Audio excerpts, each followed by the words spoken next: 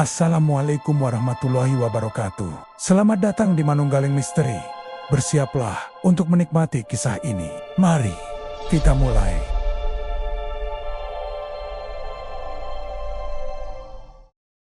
Gang sempit itu selalu terasa pengap.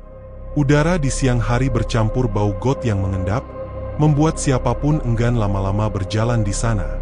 Di tengah gang, ada sebuah warung kecil dengan papan cat merah pudar bertuliskan, "Seblak Sandra". Papan itu sudah kusam, catnya mengelupas di sana-sini. Warung itu berdiri seadanya, meja panjang dengan kursi plastik yang warnanya sudah memudar, dan dinding dari triplek tipis yang menahan panas dengan buruk. Sandra duduk di belakang meja, menopang dagunya dengan telapak tangan. Sejak pagi, hanya ada 2 orang pembeli yang datang. Satu makan di tempat, satu lagi bungkus. Sisanya, tak ada. Sementara di ujung gang, warung bakso baru selalu ramai, bahkan sampai pembelinya rela antre di luar. Di dalam kepala Sandra, angka-angka berputar. Uang sewa warung jatuh tempo minggu depan. Modal belanja sudah hampir habis. Ia bahkan belum membayar tunggakan listrik bulan lalu. Semua terasa semakin berat, dan tidak ada satupun cara yang benar-benar bisa ia lakukan untuk membuat usahanya bertahan. Mata Sandra melirik panci besar di kompor. Kuah seblak di dalamnya mendidih pelan. Aroma bumbu tercium samar, tapi udara panas membuatnya justru tidak menarik. Di luar, suara motor dan langkah kaki hanya lewat tanpa berhenti. Beberapa orang sekilas melirik warungnya, lalu melangkah pergi. Sandra menghela napas panjang. Ia tahu saingannya terlalu banyak. Di kampung ini, makanan cepat saji seperti seblak, bakso, dan mie ayam sudah jadi rebutan para penjual. Semua berlomba menawarkan rasa baru, topping beragam, dan tempat yang nyaman. Sementara warungnya, hanya seadanya, tanpa perbaikan sejak pertama dibuka 3 tahun lalu. Hari semakin sore, tapi langit sudah tampak gelap karena awan mendung. Sandra membereskan beberapa piring kotor, berharap setidaknya ada 1-2 orang lagi yang datang sebelum ia menutup warung. Namun menit demi menit berlalu, kursi-kursi tetap kosong. Ketika jarum jam hampir menunjukkan pukul 6, Sandra memutuskan pergi sebentar ke pasar untuk membeli sedikit bahan tambahan. Ia berjalan menyusuri gang menuju jalan raya, melewati beberapa rumah dan warung lain. Pasar sore tidak terlalu ramai, tapi cukup membuatnya merasa sedikit lebih hidup dibanding duduk sendirian di warung. Di salah satu sudut pasar, matanya tertuju pada seorang perempuan tua. Tubuhnya kurus, bungkuk, dan pakaiannya lusuh. Wajahnya pucat, matanya cekung, tapi sorot matanya tajam seolah bisa menembus pikiran orang. Perempuan itu duduk di lantai, di antara tumpukan sayuran busuk dan sisa-sisa plastik. Sandra tidak mengenalnya, tapi entah mengapa, langkahnya melambat. Perempuan itu menatap langsung ke arahnya. Tatapan itu membuat Sandra merinding. Ia merasa seolah diperhatikan dari ujung kaki sampai kepala. Seolah semua rahasia dan kegelisahan yang ia simpan terbaca jelas oleh perempuan itu. Perempuan tua itu menggerakkan tangannya pelan, seperti memberi isyarat untuk mendekat. Ada sesuatu yang aneh dari cara tangannya bergerak. Lambat, tapi tegas. Bukan seperti orang yang meminta bantuan, melainkan seperti orang yang memberi perintah. Sandra tidak mengerti mengapa ia mengikuti isyarat itu. Kakinya melangkah, meski pikirannya mempertanyakan. Saat jarak tinggal beberapa langkah, perempuan itu tetap menatapnya. Bibirnya bergerak tanpa suara. Sandra hanya bisa membaca gerakan bibir itu. Kata-kata yang terbentuk membuat bulu kuduknya berdiri. Perempuan itu tidak menawarkan dagangan, tidak juga meminta uang. Ia hanya memberi sebuah pesan pendek, tapi penuh tekanan. Kata-kata itu melekat di kepala Sandra, mengendap di pikirannya tanpa bisa ia tolak. Sebuah ajakan untuk datang ke suatu tempat, di waktu yang sangat spesifik, dan dengan tujuan yang terdengar, terlalu mulus untuk menjadi kenyataan. Tangan Sandra sedikit bergetar. Ia ingin mengalihkan pandangan, tapi tidak bisa. Tatapan perempuan itu seolah menahannya di tempat. Udara di sekitar mereka mendadak terasa lebih dingin, Meski pasar sore itu ramai, orang-orang lalu lalang di sekitar, tapi Sandra merasa seperti berada di dunia yang terpisah. Setelah mengucapkan pesannya, perempuan tua itu berhenti menatap. Ia menunduk, tangannya sibuk memilah sayuran busuk di depannya, seolah Sandra hanyalah orang asing biasa yang lewat. Namun pesan itu tetap berputar di kepala Sandra. Sandra memutuskan untuk pergi, tapi langkahnya terasa berat. Setiap kali ia mencoba fokus pada hal lain, pesan itu kembali muncul di pikirannya. Semakin jelas, semakin mendesak. Langit benar-benar gelap saat Sandra kembali ke warungnya. Ia duduk di kursi, memandangi panci kuah seblak yang sudah mulai mengental. Lampu neon di warung berkelip-kelip, seperti hendak padam. Angin dari luar gang bertiup, membawa bau tanah basah dan sedikit aroma anyir yang membuat perutnya tidak nyaman. Ia berusaha mengalihkan pikiran dengan membereskan peralatan masak. Namun setiap kali ia menatap pintu, bayangan perempuan tua itu kembali terlintas. Tatapan matanya, gerakan tangannya, dan pesan yang ia tinggalkan. Semuanya membuat Sandra resah. Pukul 8 malam, warung resmi tutup. Sandra mematikan kompor, menutup panci, dan menggantungkan papan tutup di depan pintu.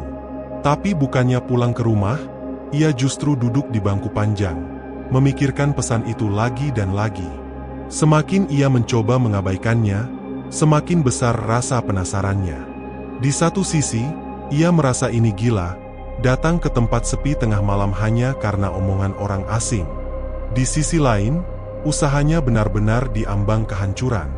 Tidak ada lagi yang bisa ia lakukan untuk menyelamatkannya, kecuali mencoba hal-hal yang di luar akal sehat. Malam semakin larut, dan hujan mulai turun.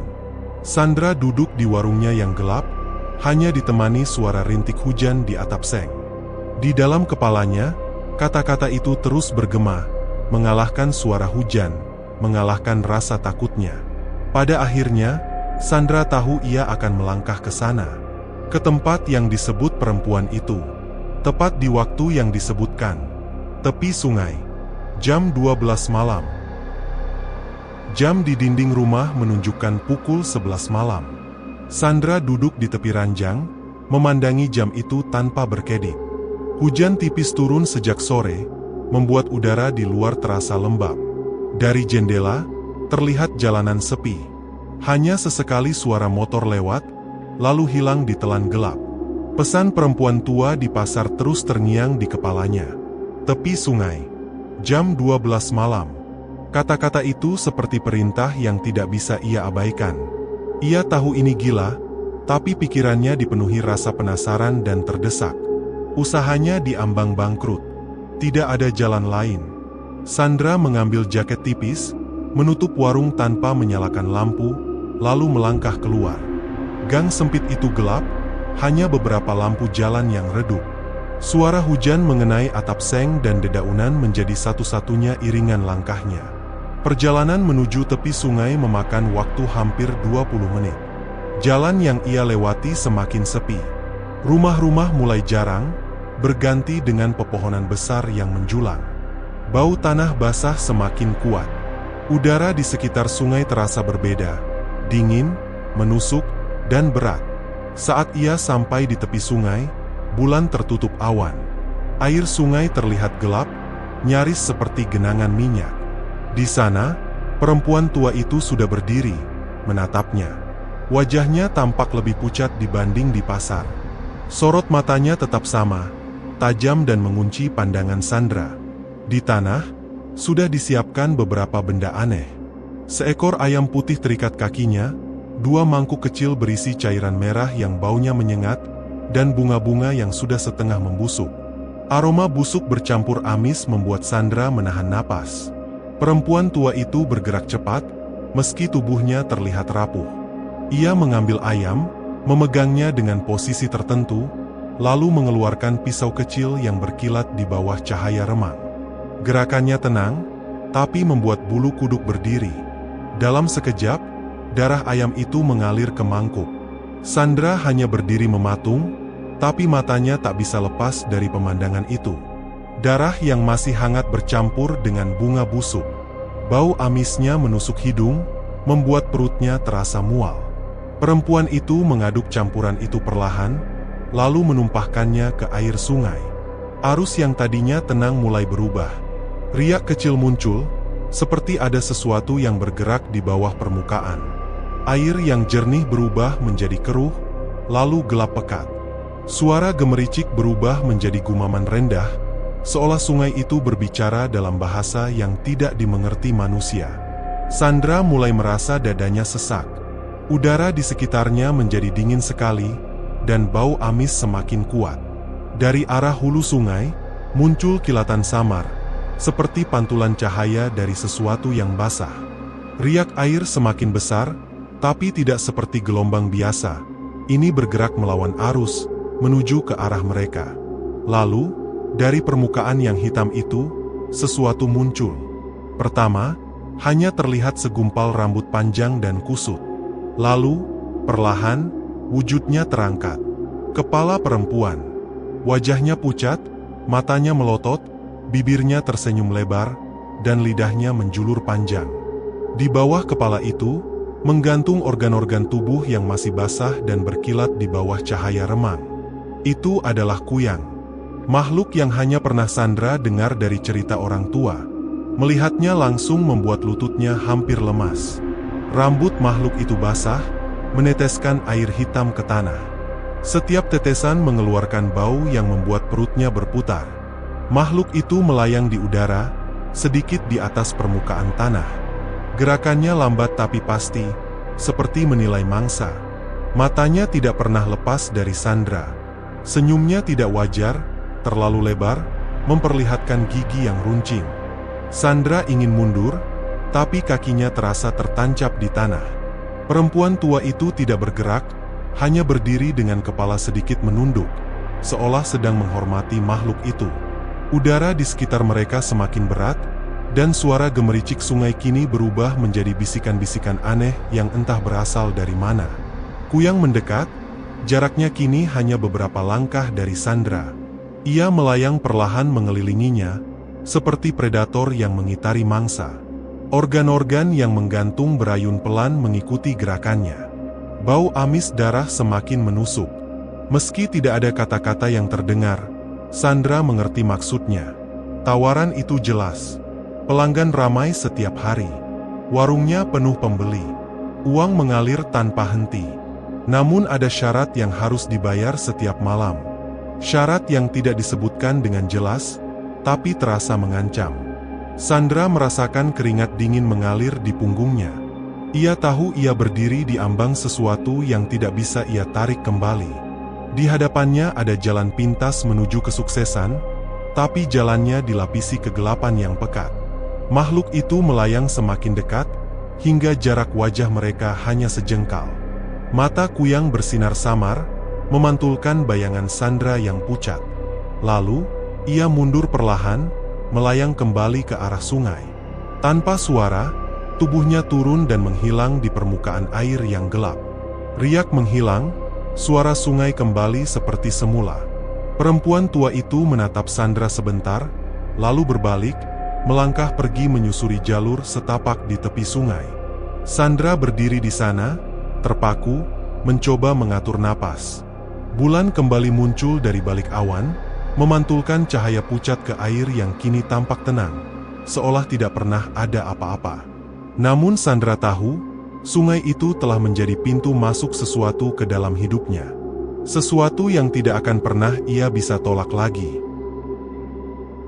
Pagi itu, Sandra bangun lebih awal dari biasanya. Kepalanya masih terasa berat, tapi rasa penasaran membuatnya cepat bersiap. Ia menyalakan kompor, menyiapkan panci besar berisi air, lalu mulai meracik bumbu seblak. Aroma kencur, bawang putih, dan cabai memenuhi warung kecil itu. Biasanya, jam 8 pagi warungnya masih sepi. Tapi kali ini berbeda. Baru setengah jam ia membuka, suara sandal dan langkah kaki terdengar dari luar. Satu persatu orang masuk, duduk, dan memesan. Seorang ibu muda memanggilnya sambil tersenyum lebar. "Seblak level 5, Bu. Tambah ceker sama kerupuknya banyak, ya." Belum sempat ia mencatat pesanan itu, seorang remaja lelaki masuk sambil terengah. "Bu, bungkus 3. Cepetan, nanti telat sekolah." Sandra tertegun. Orang-orang yang biasanya lewat tanpa menoleh kini malah berebut tempat duduk. Bahkan ada yang rela berdiri menunggu. Meja-meja penuh, panci kuah mendidih cepat habis. Tangannya sibuk mengaduk, menambah bumbu, menyendok kuah, dan menata mangkuk. Jam 10 pagi, semua stok sudah habis. Sandra sampai kewalahan. Wajahnya basah oleh keringat, tapi bibirnya tersenyum puas. Dalam hati, ia merasa kemenangan sudah di tangannya. Saat menghitung uang, hatinya berdegup cepat. Hasil hari ini jauh di atas biasanya. Kalau begini terus, pikirnya, aku bisa bayar semua tunggakan minggu ini juga. Siang itu, kabar tentang seblak Sandra menyebar. Ada yang bilang rasanya makin enak, ada juga yang bilang aromanya bikin ketagihan. Entah benar atau tidak, yang jelas, semua orang membicarakannya. Sore menjelang malam, warungnya kembali penuh. Orang datang silih berganti. Bahkan ada yang tidak kebagian dan memohon agar Sandra membuatkan sedikit. Ia hanya bisa mengangkat bahu sambil tertawa kecil, merasa dirinya seperti penjual paling laris di kampung itu. Namun, di balik rasa puas itu, ada bayangan gelap di benaknya. Ingatannya kembali pada ritual di tepi sungai, pada wajah pucat perempuan tua itu, pada sosok kuyang yang melayang di udara, memandangnya dengan mata yang tak berkedip. Ia mencoba mengusir pikiran itu. Mungkin cuma kebetulan, gumamnya pelan, tapi dalam hati, ia tahu ini bukan kebetulan. Malam itu, setelah warung tutup, Sandra membereskan piring-piring kotor dan membersihkan dapur. Suara hujan turun pelan di luar, membuat suasana sedikit dingin. Saat ia mematikan kompor, tiba-tiba lampu dapur berkedip-kedip. Sandra berhenti bergerak. Suara berdesir terdengar dari sudut ruangan, seperti sayap besar yang mengepak pelan. Bau amis mulai memenuhi udara, menusuk hidungnya. Ia merasakan bulu kuduknya berdiri. Perlahan, ia menoleh ke arah pintu dapur yang setengah terbuka. Di sana, sesuatu bergerak masuk. Rambut panjang kusut, wajah pucat dengan mata melotot, lidah menjulur, dan di bawah kepala itu menggantung organ-organ basah yang meneteskan darah. Kuyang itu melayang masuk, matanya langsung mengunci pada Sandra. Jantung Sandra berdegup kencang. Tangannya bergetar memegang spatula. "Kau, mau apa?" Suaranya bergetar, hampir tak terdengar. Kuyang bergerak lebih dekat, bau amisnya semakin kuat.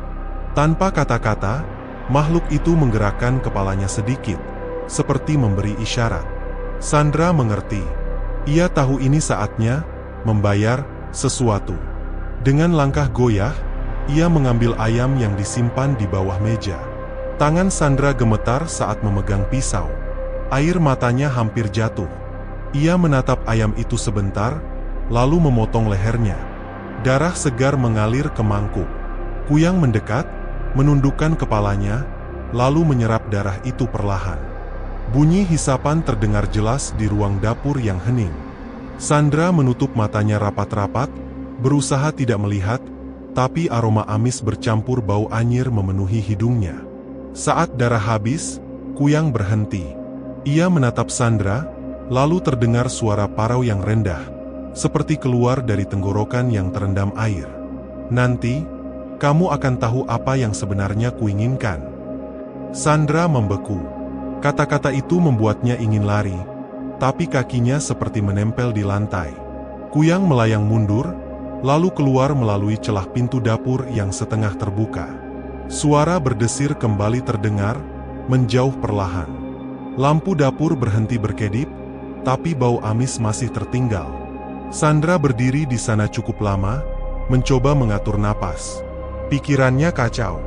Di satu sisi, warungnya kini laris manis. Uang mengalir deras. Di sisi lain, ia baru saja memberi makan makhluk yang tidak seharusnya ada di dunia ini. Malam itu, Sandra duduk di kursi warung sendirian. Matanya menatap kosong ke arah panci kosong di meja. Hatinya berdebar kencang setiap kali mengingat tatapan Kuyang. Ia tahu, ini baru permulaan. Kabar hilangnya Bu Rani, seorang ibu hamil 7 bulan, membuat warga desa gempar. Suaminya berkeliling kampung semalaman, memanggil-manggil namanya dengan suara serak, tapi tak ada jawaban. Orang-orang mulai berkumpul di pos ronda, membicarakan kemungkinan-kemungkinan yang terdengar kian mengerikan. Ada yang bilang Bu Rani kabur ke rumah orang tuanya di luar kota, ada pula yang berspekulasi kalau ia menjadi korban begal. Namun, rumor paling menakutkan adalah yang dibicarakan secara berbisik, tentang makhluk yang suka memakan janin. Baru 3 hari setelahnya, giliran Bu Mita yang hilang. Perutnya bahkan sudah terlihat besar, hanya tinggal menunggu minggu-minggu terakhir untuk melahirkan. Pagi itu, rumahnya sepi. Suami dan anaknya kebingungan, mendapati pintu terbuka dan barang-barang masih tertata rapi. Seolah Bu Mita lenyap begitu saja di tengah malam. Warga semakin panik. Di pasar, semua orang membicarakannya. Bahkan orang-orang dari desa sebelah ikut datang, ingin tahu apa yang sedang terjadi. Polisi desa mulai berpatroli, tapi hanya sebatas memeriksa jalan-jalan utama. Di antara semua kehebohan itu, warung Sandra justru selalu buka pagi-pagi dengan dagangan yang berlimpah. Seblak yang ia jual tak pernah kurang, dan pembeli selalu mengantre. Pemandangan ini membuat sebagian warga mulai berbisik-bisik, menyimpan kecurigaan yang tak diucapkan terang-terangan. Bu Lastri, tetangga yang terkenal cerewet, menjadi orang pertama yang berani menyampaikannya secara langsung. Suatu siang, saat Sandra sedang membersihkan meja, Bu Lastri berdiri di depan warungnya dengan tangan bersedekap. "Endra," suaranya pelan tapi penuh penekanan, "kok bisa ya, tiap ada orang hilang, warungmu malah makin rame?" Sandra terdiam. Dadanya berdegup cepat, tapi ia memaksa wajahnya tetap tenang. "Kebetulan aja, Bu," jawabnya singkat. Bu Lastri mengangkat alis. "Kebetulan? 2 kali berturut-turut? Kamu pikir orang nggak nyambungin itu?" Sandra hanya tersenyum kaku, mencoba mengabaikan tatapan tajam itu. "Saya cuma jualan, Bu. Soal orang hilang, saya nggak tahu." Bu Lastri mendengus. "Ya sudah, semoga benar cuma kebetulan." Lalu ia pergi, tapi matanya tetap memandang ke arah warung hingga tubuhnya menghilang di tikungan. Sandra menarik napas panjang. Kecurigaan seperti itu membuatnya gelisah, tapi ia tak bisa berbuat banyak. Ia tak mungkin menjelaskan bahwa semua ini ada hubungannya dengan perjanjian yang ia buat di tepi sungai malam itu. Malam harinya, Sandra duduk sendirian di dapur, menatap mangkuk besar berisi seblak setengah jadi. Bau cabai dan bawang yang ia tumis tadi bercampur dengan aroma lain, bau anyir yang ia kenal sejak ritual itu. Ia berusaha mengusir pikirannya, tapi bayangan wajah Bu Rani dan Bu Mita muncul jelas di benaknya. Suara lirih terdengar dari sudut ruangan. Samar-samar, Sandra bisa melihat sosok Kuyang melayang, rambut panjangnya menjuntai hingga hampir menyentuh lantai. Wajahnya tersenyum lebar, tapi matanya menyala seperti bara. Sandra menunduk, mencoba menghindari tatapan itu. "Kenapa mereka harus hilang?" Suaranya bergetar. Kuyang hanya melayang lebih dekat, hingga napasnya yang berbau darah terasa di wajah Sandra. "Kau tahu syaratnya," bisiknya. "Darah segar, daging segar. Ayam sudah tidak cukup. Aku butuh yang lebih berharga." Sandra menggigit bibirnya, matanya panas menahan tangis. "Aku nggak mau ikut campur." Tawa Kuyang pecah, melengking hingga membuat telinga Sandra berdesing. "Kau sudah campur, Sandra. Sejak malam di tepi sungai itu." Makhluk itu lalu memudar, seperti kabut yang dihembus angin, meninggalkan bau amis yang menusuk hidung.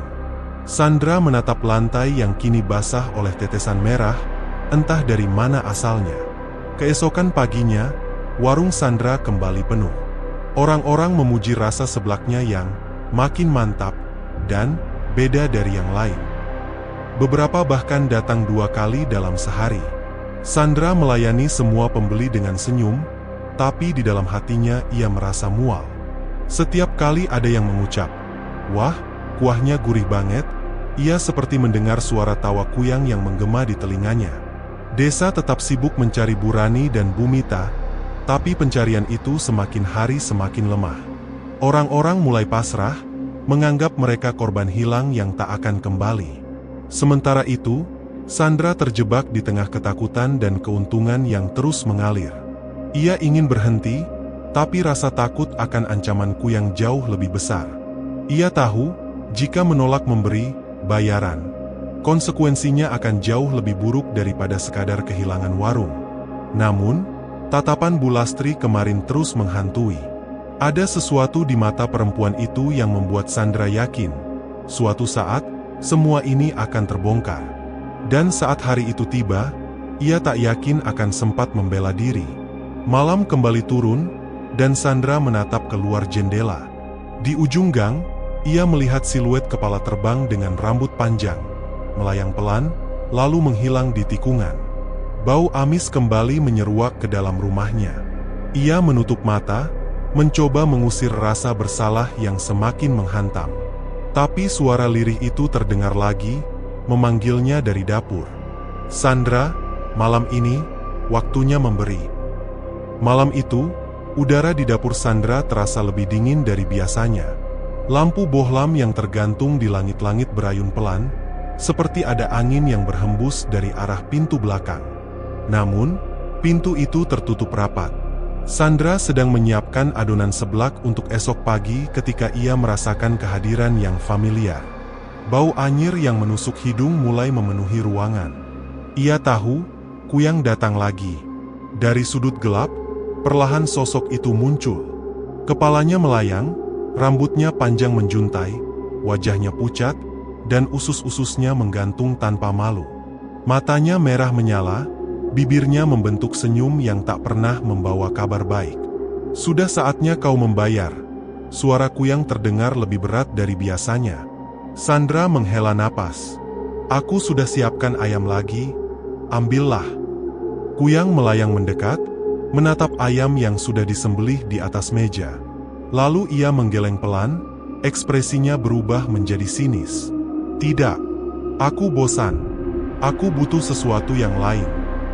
Sandra merasa ada sesuatu yang tak beres. "Apa maksudmu?" "Janin manusia." Darah Sandra seakan berhenti mengalir. Kata-kata itu menghantam kepalanya seperti palu. "Tidak, aku tidak akan." "Bagian dari perjanjian, Sandra," potong Kuyang cepat, suaranya tajam. "Dari awal aku tidak pernah menginginkan ayam atau hewan. Aku ingin daging segar, dari yang belum lahir." Sandra melangkah mundur, punggungnya menabrak meja. "Kau gila. Aku tak akan melakukan itu."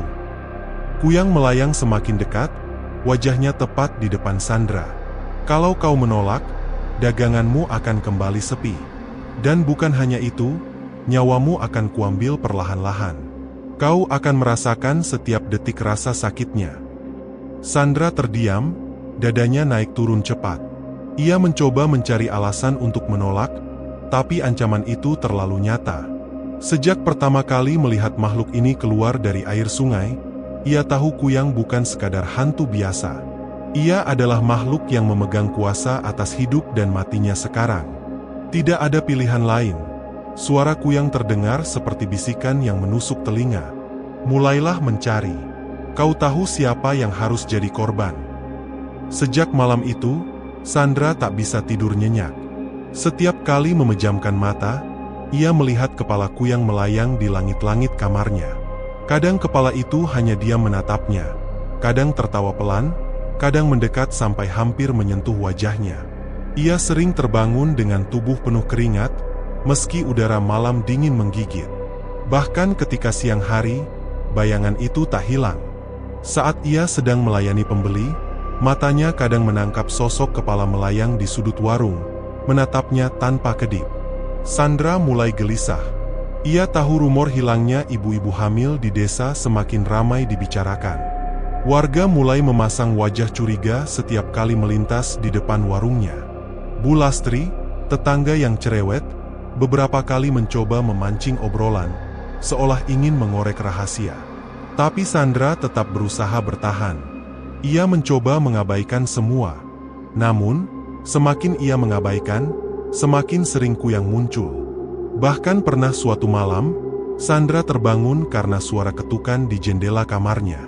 Saat ia melihat keluar, Kuyang melayang di sana, bibirnya bergerak tanpa suara. Tapi Sandra bisa membaca gerakannya. Cepat lakukan, atau mati.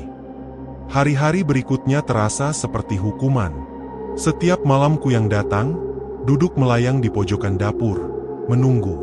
Kadang ia mengetuk meja dengan jemarinya yang pucat, seolah menghitung waktu. Sandra mulai kehilangan selera makan. Matanya cekung, wajahnya pucat. Tapi anehnya, dagangannya tetap ramai. Pelanggan terus berdatangan, bahkan semakin banyak.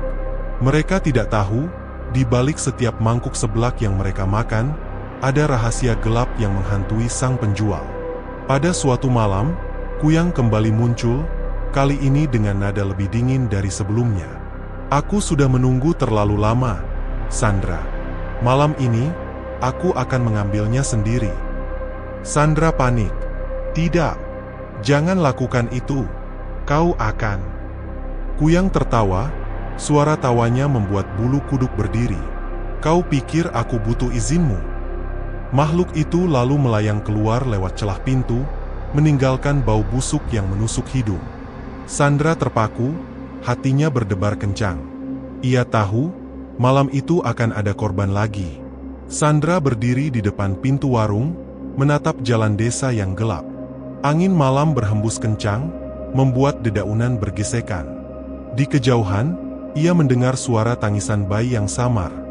Tapi ia tahu itu bukan tangisan biasa. Rasa takut dan rasa bersalah bercampur menjadi satu. Ia menggenggam erat kain celemeknya, berharap semua ini hanya mimpi buruk. Tapi di dalam hatinya, ia tahu, mimpi buruk ini baru saja dimulai. Rani datang sore itu dengan perut besarnya yang sudah tampak siap melahirkan. Udara desa yang panas membuat keringatnya menetes, tapi wajahnya tetap tersenyum ramah. Ia membawa beberapa bungkusan makanan dan berkata akan menginap di rumah Sandra selama beberapa minggu, karena rumahnya sedang direnovasi. Sandra menyambutnya dengan hangat, mencoba terlihat biasa saja, meski dalam hati ia langsung merasa tidak tenang. Warung seblak Sandra saat itu sedang ramai pembeli. Bau kuah pedas memenuhi udara, suara wajan yang beradu dengan sendok tak pernah berhenti. Tapi di tengah hiruk-pikuk itu, Sandra tak bisa mengabaikan sesuatu. Dari ujung mata, ia melihat sosok itu lagi, Kuyang, melayang di luar jendela. Kepala tanpa tubuh itu hanya melayang diam, rambutnya yang panjang dan berantakan bergoyang tertiup angin sore. Mata hitamnya tidak lepas menatap Rani. Jantung Sandra berdegup kencang. Ia tahu tatapan itu. Tatapan lapar. Tatapan yang mengincar isi perut Rani. Malamnya, rumah menjadi hening. Rani sudah tidur di kamar tamu, sementara Sandra masih duduk di ruang tengah dengan lampu temaram. Ia mencoba mengalihkan pikiran, menatap layar ponselnya, tapi rasa was-was itu terlalu kuat. Lalu, tanpa suara langkah, hawa dingin merambat masuk. Sandra. Suara itu pelan tapi menusuk, seolah langsung masuk ke telinga tanpa lewat udara. Sandra menoleh, dan di sudut ruangan, Kuyang muncul. Darah segar masih menetes dari ujung rambutnya. Tatapannya berpindah ke arah kamar Rani, lalu kembali ke wajah Sandra. Bibir pucatnya bergerak pelan. Besok malam, dia milikku. Sandra langsung berdiri, menahan napas. Tidak, kau tidak akan menyentuhnya, katanya dengan suara bergetar. Kuyang tersenyum miring. Kau lupa perjanjian kita? Aku memberi apa yang kau mau. Daganganmu laris. Uangmu penuh. Sekarang, giliranmu memberi yang aku mau. Aku sudah memberi ayam, darah, semuanya. Sandra mencoba menahan rasa takut, tapi suaranya terdengar pecah. Bukan itu yang kuinginkan. Dari awal aku sudah bilang, suatu saat, aku akan menagih lebih. Dan sekarang saatnya, Sandra. Suara Kuyang terdengar sabar, tapi mengandung ancaman yang jelas. Sandra mundur satu langkah, mencoba menjaga jarak.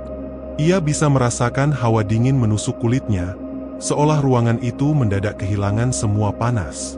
Ia memegang erat kursi di sampingnya, mencoba mengatur napas.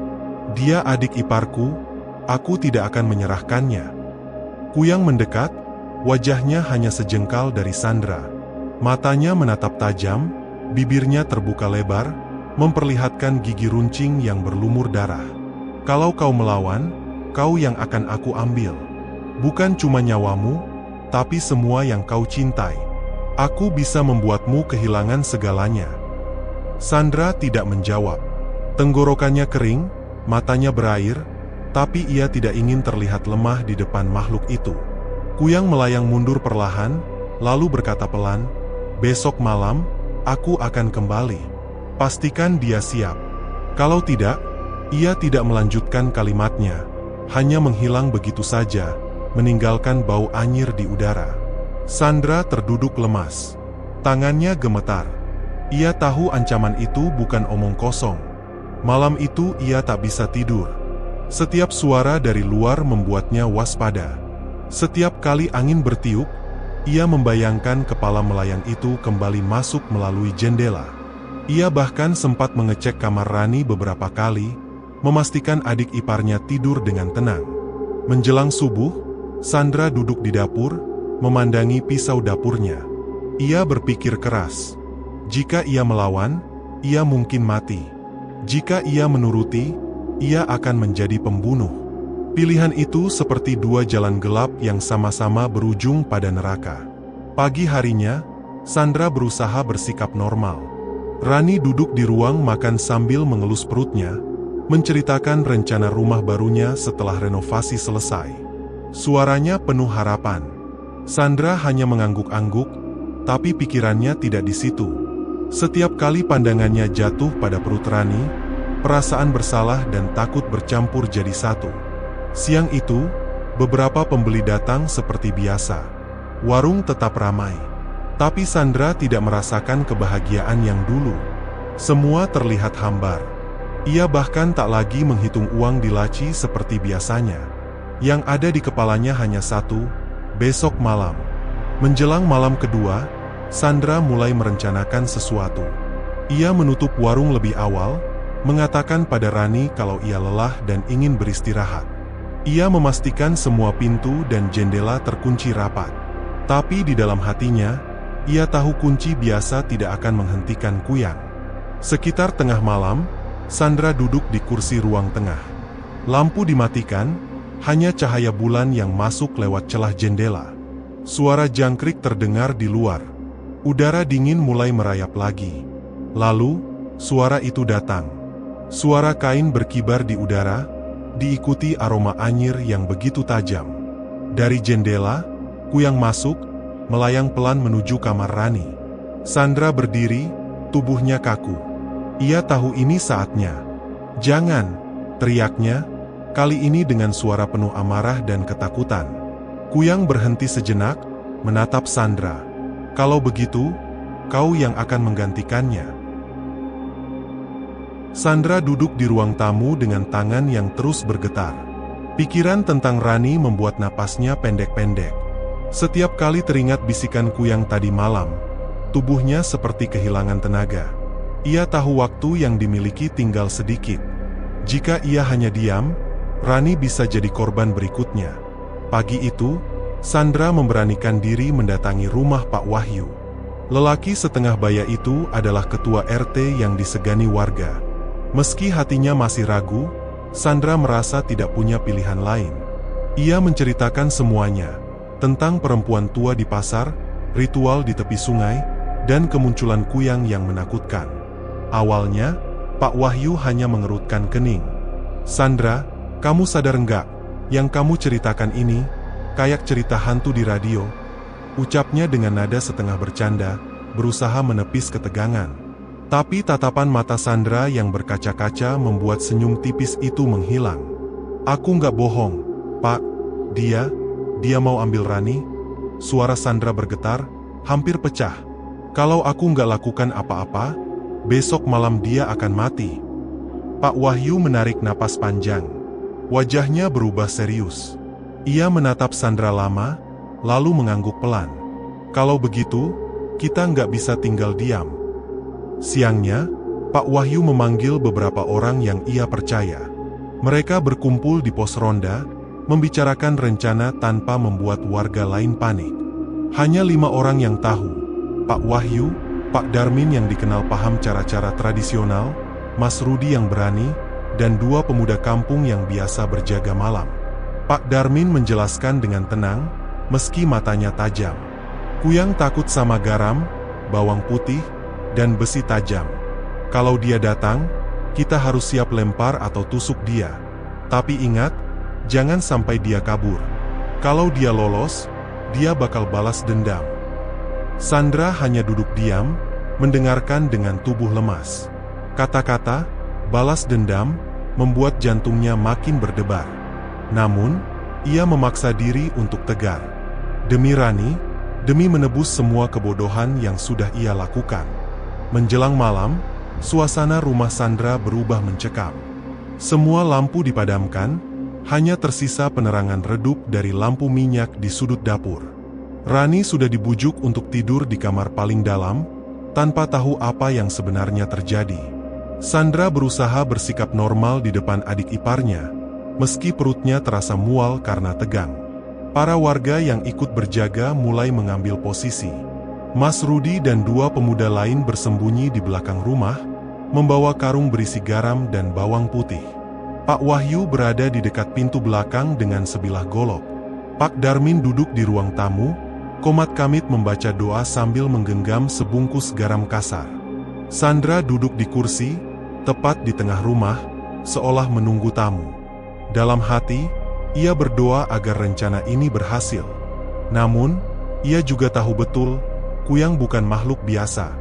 Jam menunjukkan pukul 11:50. Udara malam terasa lebih dingin dari biasanya, dan bau amis samar mulai tercium dari arah jendela. Sandra langsung tahu, itu tandanya. Dia datang, bisik Sandra dengan suara nyaris tak terdengar. Semua yang berjaga saling menatap. Kaki-kaki mereka merapat ke lantai kayu, menahan napas.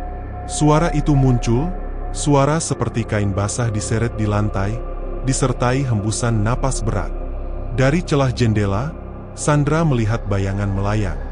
Kepala manusia tanpa tubuh, rambut panjang terurai, dengan isi perut yang menggantung dan berayun pelan. Matanya menyala merah, menatap langsung ke arah kamar Rani. Sandra menggenggam lututnya erat-erat, mencoba menahan rasa ingin lari.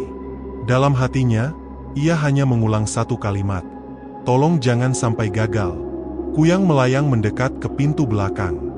Begitu ia masuk, Pak Darmin melempar segenggam garam. Makhluk itu berteriak melengking, suara yang membuat bulu kuduk berdiri. Rambutnya berkibar liar, isi perutnya bergerak-gerak seperti cacing besar. Pak Wahyu langsung mengayunkan golok, tapi Kuyang bergerak cepat menghindar. Mas Rudi dan pemuda lain menaburkan bawang putih ke udara, membuat aroma menusuk hidung.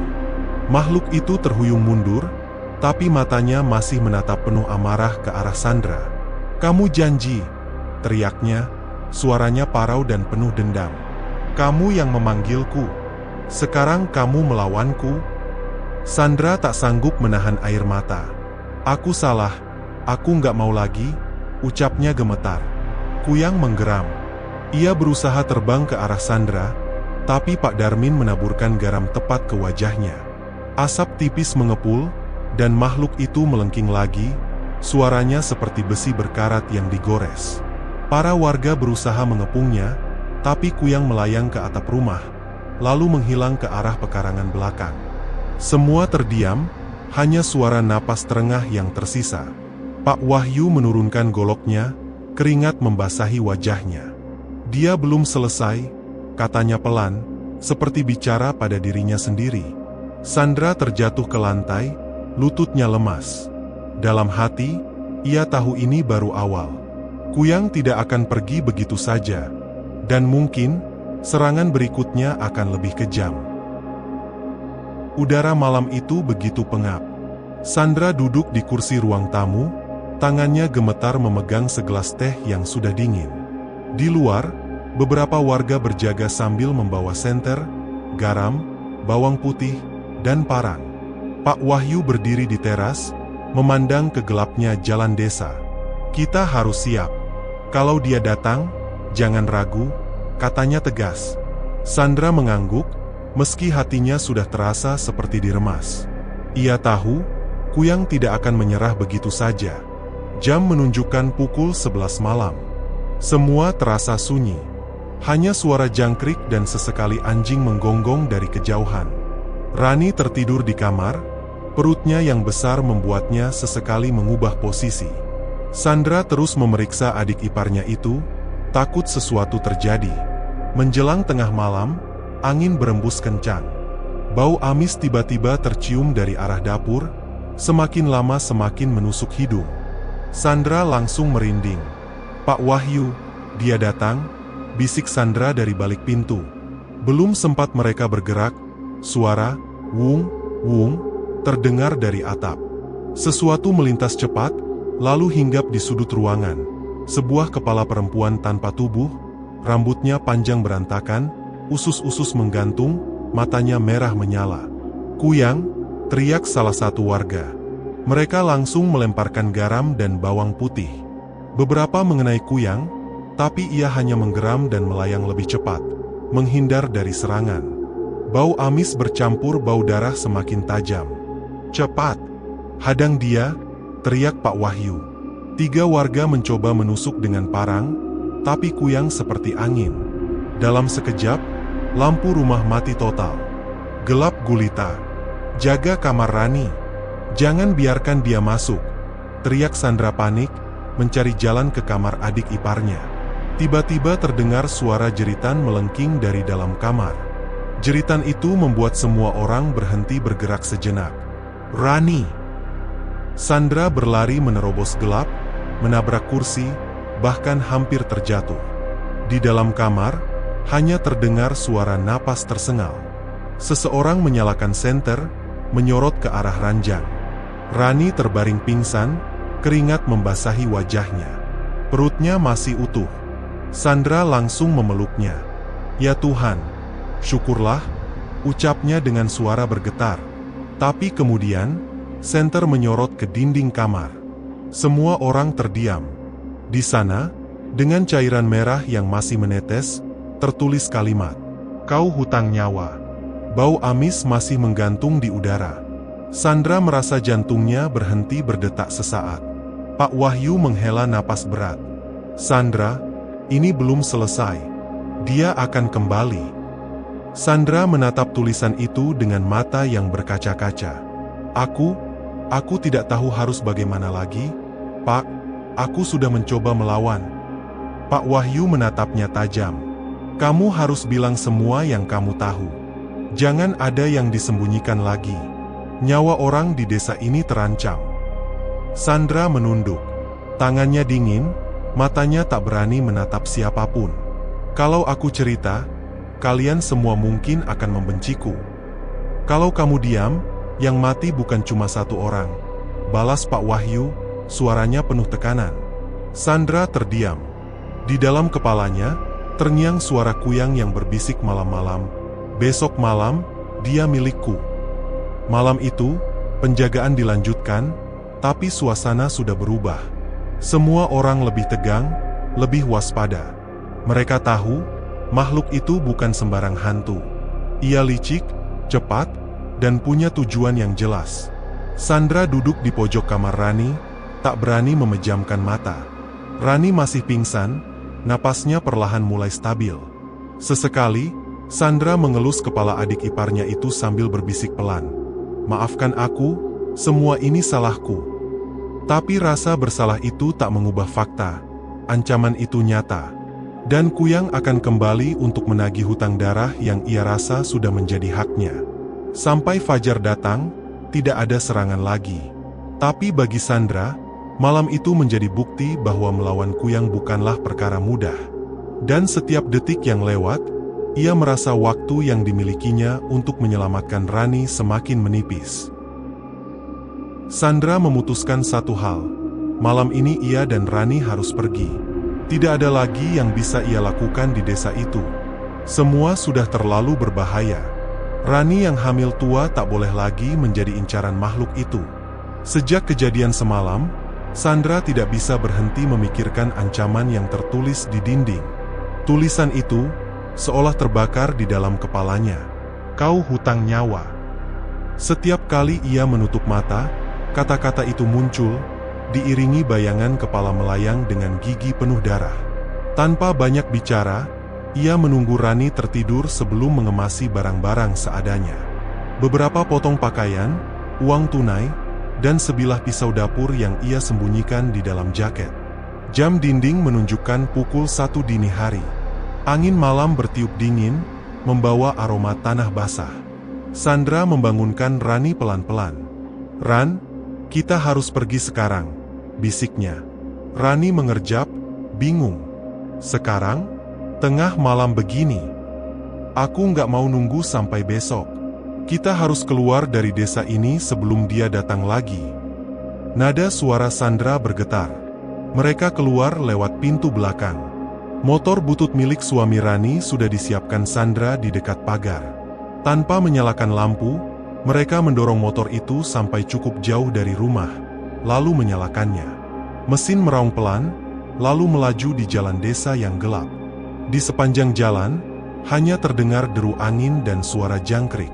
Pohon-pohon besar di tepi jalan menebarkan bayangan yang bergerak-gerak seperti tangan raksasa. Sandra memacu motor lebih kencang, berharap bisa mencapai jalan raya sebelum subuh. Namun, nasib berkata lain. Di tikungan menuju jembatan kecil, mesin motor tiba-tiba batuk-batuk, lalu mati total. Sandra mencoba menyalakan lagi, tapi tidak berhasil. "Sandra, kenapa?" Rani mulai panik. Mogok, Sandra mengumpat pelan, keringat dingin mulai membasahi tengkuknya. Mereka terdiam beberapa detik. Lalu, bau itu datang. Bau amis yang menusuk, seperti darah basi. Bau yang membuat bulu kuduk Sandra berdiri. "Dia," bisik Sandra, nyaris tanpa suara. Dari arah belakang, suara aneh terdengar, suara sesuatu yang basah, seperti daging diseret di tanah. Perlahan, dari kegelapan, muncul sosok itu. Kuyang. Tapi kali ini tubuhnya tampak lebih besar, lehernya lebih panjang, dan wajahnya penuh darah segar yang menetes ke tanah. Mata makhluk itu menatap Rani, bukan Sandra. Lidahnya menjulur panjang, mengeluarkan suara mendesis. Rani menjerit, memegangi perutnya. "Sandra, tolong!" Sandra segera berdiri di depan Rani, menghunus pisau dapur. "Kau nggak akan ambil dia. Aku nggak akan biarin." Suaranya pecah, tapi matanya penuh tekad. Kuyang melayang lebih dekat. Angin yang dibawanya begitu dingin, membuat daun-daun di sekitar jalan bergetar. "Janin itu, milikku." Suara makhluk itu seperti keluar dari dalam sumur gelap. Sandra melangkah mundur sedikit, memastikan Rani tetap di belakangnya. Tangannya bergetar hebat, tapi ia menggenggam pisau semakin erat. "Kau sudah cukup ambil dari orang lain. Aku nggak akan serahkan adikku." Makhluk itu menggeram, lalu melesat cepat. Sandra mengayunkan pisau, tapi Kuyang bergerak terlalu lincah. Sebuah dorongan keras membuat Sandra terjatuh ke tanah berbatu. Pisau terlepas dari tangannya. Rani menjerit lagi. Sandra bangkit secepat mungkin, meski lututnya perih. Ia meraih pisau dan berlari ke arah makhluk itu. Namun, Kuyang bergerak memutari mereka seperti hewan lapar yang sedang bermain-main dengan mangsanya. "Ran, lari ke jembatan. Cepat!" teriak Sandra. Rani mencoba berlari, tapi perutnya yang besar membuatnya lambat. Kuyang melesat mengejarnya, tapi Sandra berhasil menebas udara tepat di depan makhluk itu, memaksanya mundur. Bau darah semakin pekat. Sandra tahu mereka tak akan sanggup melawan lebih lama. Ia harus mencari celah untuk membuat makhluk itu pergi. Di kepalanya hanya ada satu hal. Jika mereka bisa sampai ke jembatan, mungkin Kuyang akan kesulitan mengikuti. Tapi jalan ke jembatan panjang dan gelap. Dan makhluk itu, Sepertinya semakin menikmati ketakutan mereka. Sandra mulai berteriak, entah untuk mengusir rasa takut atau memancing kemarahan Kuyang. "Kalau mau nyawa, ambil aku. Jangan dia." Kuyang berhenti melayang. Wajahnya mendekat, sangat dekat, sampai Sandra bisa mencium bau darah segar dari napasnya. Bibir makhluk itu melengkung membentuk senyum mengerikan. "Kau yang berhutang, dia yang bayar," bisiknya. Sandra tak sempat merespons. Makhluk itu tiba-tiba menghilang ke arah gelap, meninggalkan hawa dingin yang menusuk tulang. Sandra berdiri terengah-engah, memegangi pisau erat-erat. Rani menangis terseduh di dekat motor. Tidak ada yang tahu kapan makhluk itu akan kembali. Tapi Sandra tahu satu hal, pelarian mereka belum selesai. Dan malam ini, ia baru saja kalah satu langkah. Malam itu udara terasa lebih berat dari biasanya. Angin malam membawa aroma amis yang menusuk, membuat Sandra sulit bernapas. Rani duduk di sudut kamar, memegangi perutnya yang sudah besar, matanya penuh ketakutan. Sandra berdiri di depan pintu, menggenggam pisau dapur dengan kedua tangan yang bergetar. Dalam hatinya, ia tahu malam ini akan menjadi akhir dari semuanya, entah ia selamat atau mati. Tiba-tiba, suara itu terdengar. Suara napas berat bercampur erangan rendah, datang dari atap.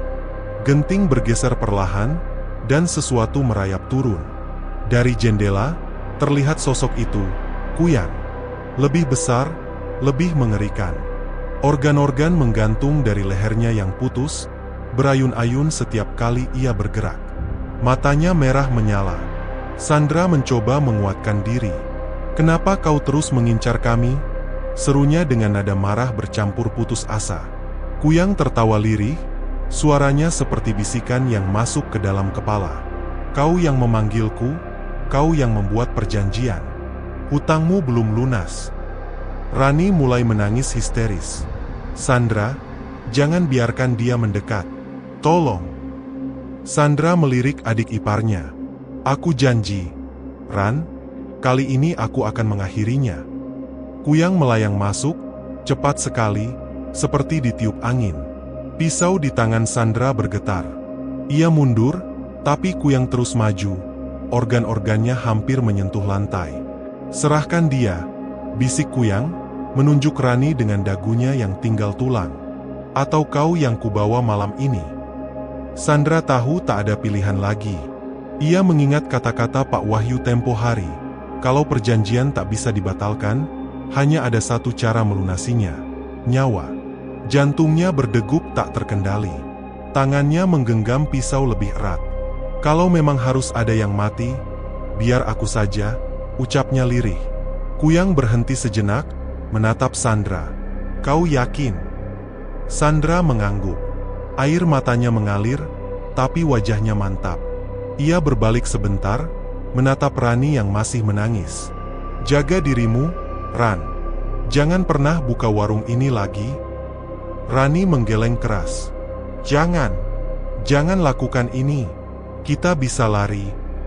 Tapi sebelum Rani selesai bicara, Sandra mengangkat pisau dan menusukkannya ke dadanya sendiri. Darah langsung menyembur keluar, membasahi lantai. Rasa sakit yang luar biasa menjalar ke seluruh tubuhnya, tapi ia tidak menjerit. Kuyang mendekat cepat, menempelkan mulutnya ke luka itu. Ia mengisap darah Sandra dengan rakus, suaranya seperti orang meneguk air. Rani menutup wajahnya sambil berteriak, "Sandra!" Detik demi detik, tubuh Sandra melemah. Pandangannya mulai buram, tapi ia masih sempat melihat Kuyang tersenyum puas sebelum tubuhnya berubah menjadi kabut hitam dan lenyap ke udara. Sandra ambruk ke lantai. Tidak ada lagi napas. Tidak ada lagi detak jantung. Tubuhnya dingin. Rani berlutut di samping kakak iparnya, memeluk tubuh yang sudah tak bernyawa itu sambil menangis terseduh-seduh. "Kenapa? Kenapa kau lebih memilih mati?" Di luar, angin malam berhembus pelan. Bau amis perlahan menghilang.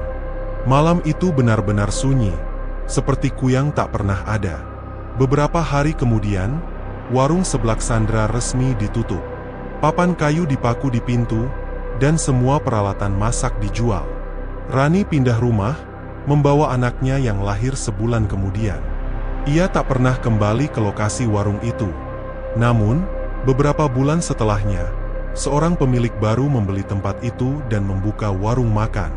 Mereka merenovasi sedikit, mengecat dinding, dan mengganti nama warungnya. Malam pertama pembukaan, suasana di dapur cukup sibuk. Pemilik baru itu sedang meracik bumbu, sementara seorang pegawainya mengaduk panci besar di kompor. Tiba-tiba, salah satu pegawai menghentikan gerakannya. "Pak, tadi ada yang ngomong," ucapnya pelan. Pemilik warung tertawa kecil. "Ngomong? Siapa?" Pegawai itu menatap sekeliling. "Nggak tahu," suaranya dari arah belakang, kayak bisikan. Mereka saling pandang. Lalu, jelas terdengar suara lirih dari sudut dapur, suara perempuan. "Tambah pedasnya, biar makin laris." Panci bergoyang sendiri, bumbu cabai yang ada di meja jatuh begitu saja ke dalam kuah panas. Bau seblak pedas memenuhi udara. Pemilik warung terdiam. Pegawainya langsung mundur perlahan, wajahnya pucat. Di cermin kecil yang tergantung di dapur, untuk sepersekian detik, terlihat bayangan seorang perempuan berambut panjang, wajahnya pucat, dengan darah mengalir dari dada, tersenyum tipis sambil menatap mereka.